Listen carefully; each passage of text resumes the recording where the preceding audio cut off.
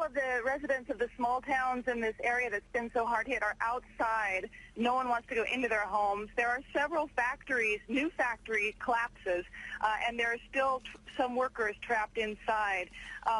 Also several churches and several of the historical buildings that had sustained small damage have now sustained much more significant damage.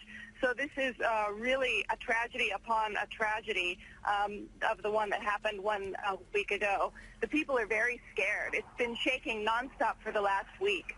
Talk to us, Andrea, a little bit about the search and rescue operations that's taking place right now. We understand that people could still be trapped under these structures. Absolutely. I mean, the first quake that happened a week ago Sunday happened at 4 in the morning. There was no one at work, no one in the schools. This quake, it was about 9:30. The factories were full.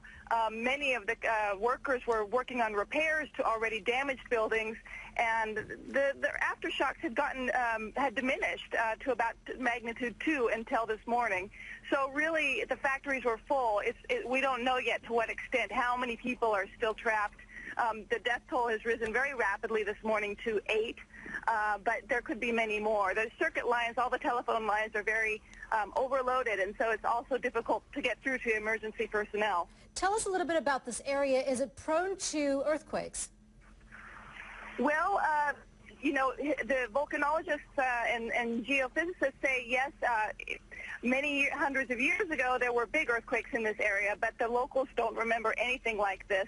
It's a flat plain. It's not particularly mountainous area, and so it really came as a shock to these local residents. The hardest hit area seems to be Modena, also north toward Verona, Ferrara, and the plain of the small towns in that triangle. Tell us a little bit about. I guess this is a very industrialized part of the country. What are we talking about in terms of what kind of industries are housed here?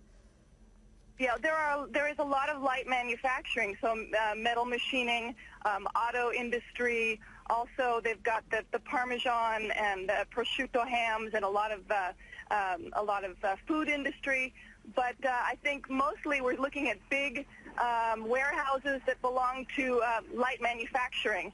And we saw a ceramics tile factory that was collapsed last week, as well as 2 auto parts components factories. So it really is the industrial heartland, and it's going to have an economic impact as well as a human impact.